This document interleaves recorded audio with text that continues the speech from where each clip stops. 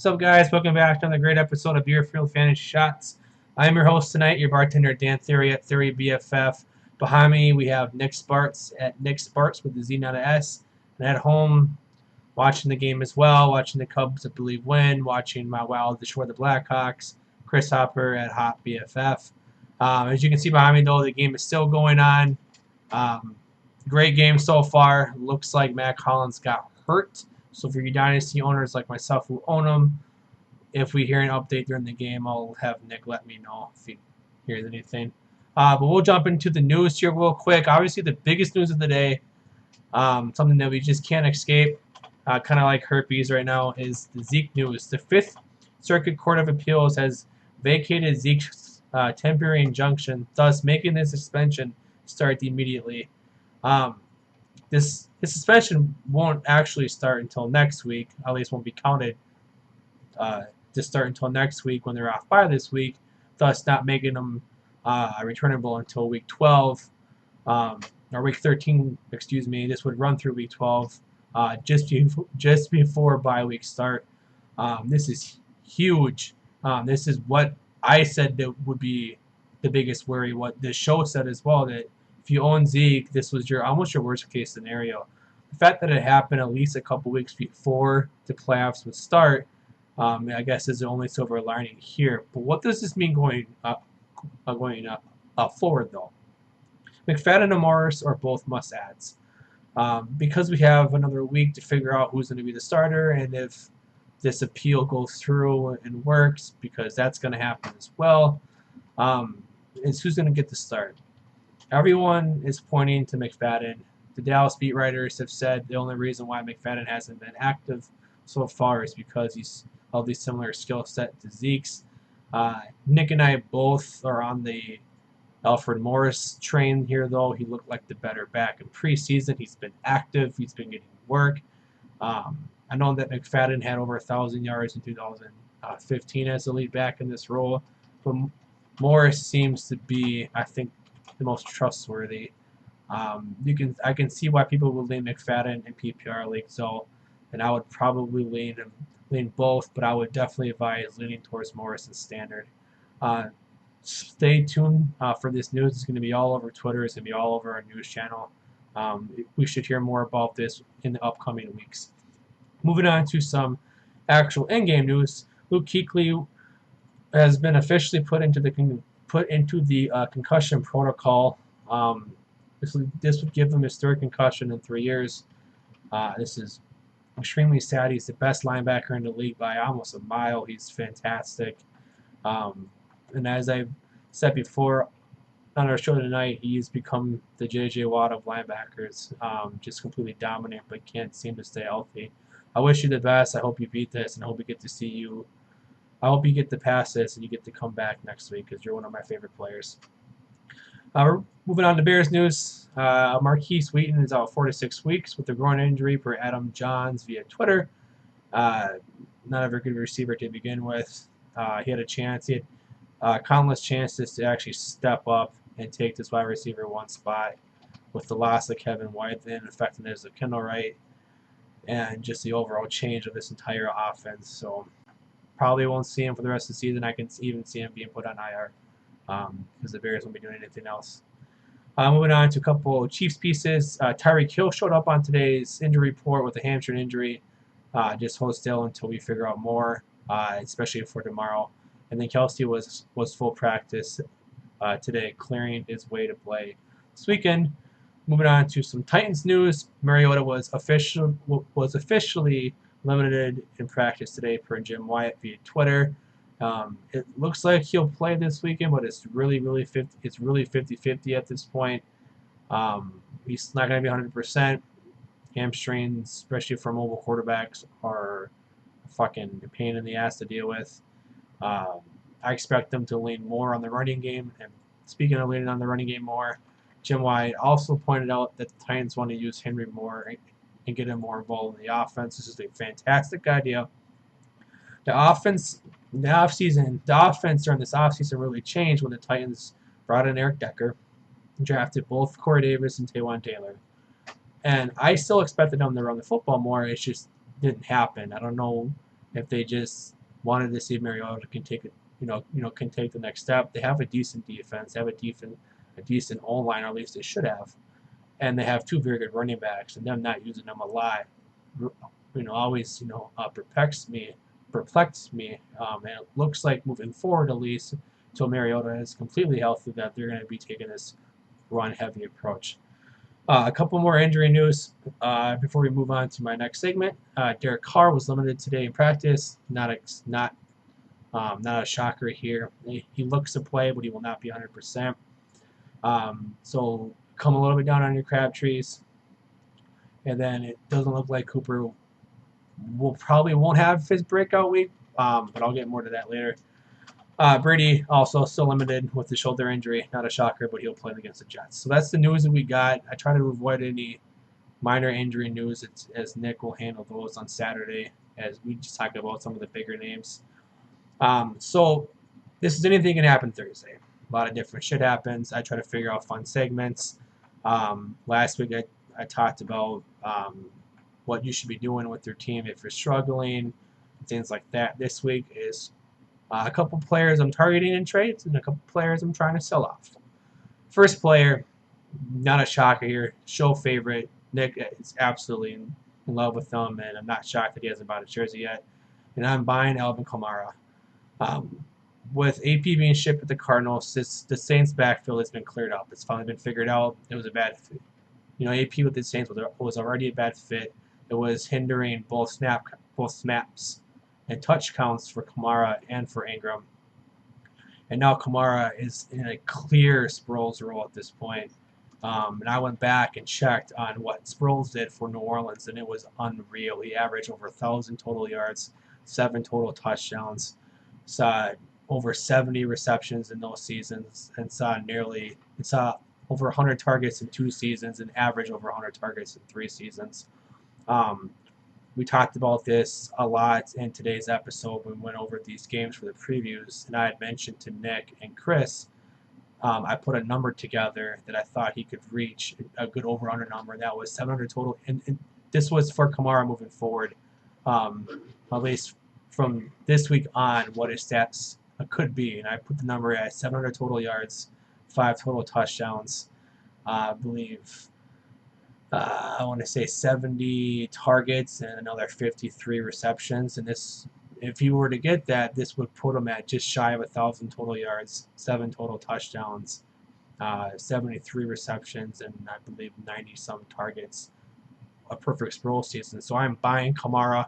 I know he's off of a big week 2 weeks ago, but this is another name that maybe you can throw in there when you're making 2 for 3s, 2 for 1s, 3 for 1s, or just straight up deals where you're trying to fleece out of a big player because of bad matchups. Moving on, you get a guy like Kamara who could be a potential RB1, definitely RB2 with high RB1 upside.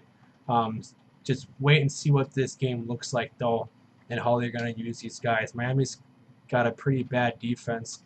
The Saints are at home. I expect to see a lot more. I expect to see a little more Ingram than Kamara, but check to see their snap counts and if anybody else even gets a whiff of a carry in this game. Next, I'm selling Carlos Hyde. This pains me because Carlos Hyde was one of my favorites. I owned him in multiple leagues.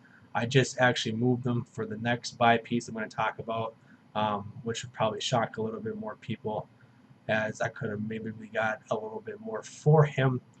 But Hyde's a guy I'm selling, and I'm not selling because of talent. I'm not selling because of a tough schedule, even though I believe it is fairly tough. It's because of this hip injury and the lingering injuries and the issues that tend to come with it when he gets them.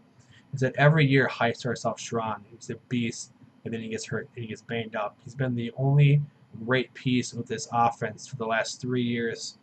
And it just continues to show. What I loved about him, though, is that Kyle Shanahan came up there. He got him involved in the passing game. But Kyle Shanahan's been secretly preaching this I love Breida. I love using these mid-round backs. I want to get certain players involved. I want to trade Hyde. I want to cut Hyde. Thankfully, that didn't happen. But Hyde gets banged up. Has a great game against the Rams a couple weeks ago, and then his hip injury shows up again. Breida uh, overtakes him in snaps and touches, and has a decent game against a pretty favorable matchup, as the Colts are both bad against the run and the pass.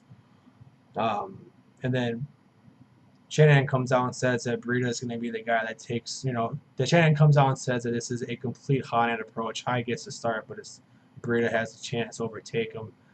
This is why I'm selling Hyde. Hyde lost that pure RB1 upside. He falls back into a mid-range RB2 with decent upside. Nick had mentioned that Hyde moved into where J.J. is at a unknown great running back with a lot of upside. But I'm looking to move Hyde. I know this was a bad week, so this may not be the best week to sell him, but this also means that he still has really good value. Like I said, I moved Hyde this week, and I got him for my next buy target, and that is Amari Cooper. The hot name in shit pools right now. The Eddie Lacy, of a few years ago, where everyone just kept believing in him, and it never happened. And that was year, Devonta Freeman blew up, and it was all this Freeman for Lacy, and you saw all these deals. People felt great, but Lacy never showed up, and Freeman continued to be consistent. I believe in Cooper, though. He's the first receiver to start his career on 2,000-yard receivers. He's on 2,000-yard receiving years. He's on a high-powered offense that just looks out of sorts. I don't believe in him as much this week, as I said, because of Derek Carr still not being 100%. But he's got a favorable schedule moving forward. He doesn't get to see, kind of the brutal schedule we had going forward. And he's got a really favorable matchups in the preseason. And you can really get him for really cheap right now. As I said, I traded Hyde for Cooper. There's a couple more players involved, but that was the main part of this deal to shore my receiving depth. I'm not going to get involved into that team.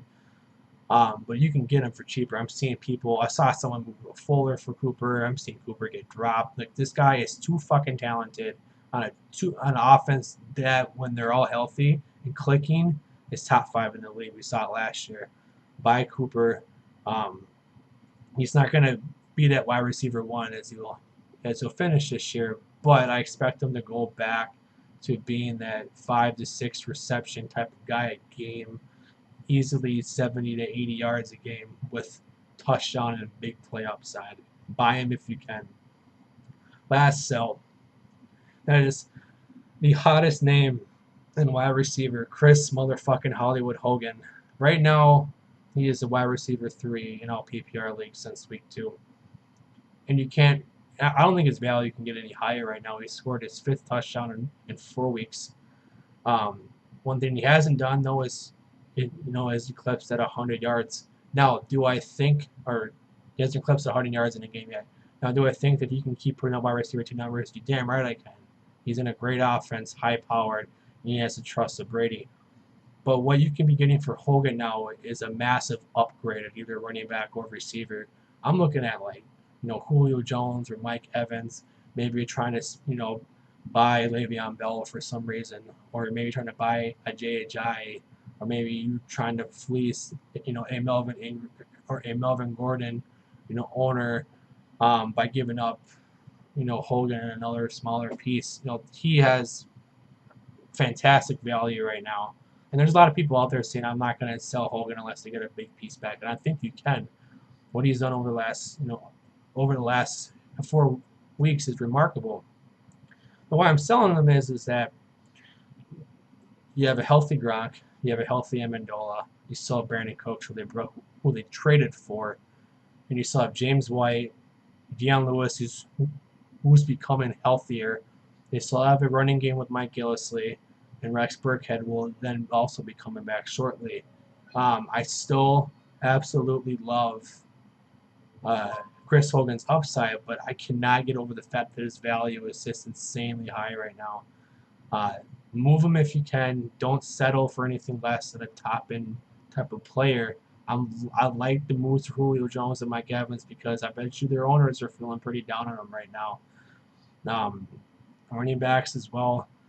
A guy like DeMarco Murray, maybe, but try to target a top-end running back. You can put Hogan with somebody else and grab a top-tier type of player. That's all I got. There's going to be more. I'll try to keep coming up with these. I don't want to just throw a bunch of them out there. I want to try to give you guys some decent reasonings to buy and sell some of these players. There's a great chance I'm wrong. There's also a great chance that I'm right. Trying to buy Amari Cooper and selling Carlos Hyde may bite me in my ass. You never know, but that's why I love fantasy football so much. You take risks, you take calculated risks, and you make moves. These moves, could position your team, to win a championship, or you sell off on a player who's fucking, booming right now, then he falls off because of the amount of targets, in that offense, and you just got lucky for the first few weeks. Things like that. So again, that's all I got today. Again, I'm Dan Theory at Theory BFF. Please continue to follow the show at Beerfield Fantasy Football on Twitter, as well on Instagram with the same name. Beerfield Fantasy Football on Facebook. Continue to subscribe and like us and leave comments and things like that on our YouTube channels. We continue to put these out 6 days a week with content. Sunday mornings are our streaming live Q&A sessions with Chris and Nick before the games kick off.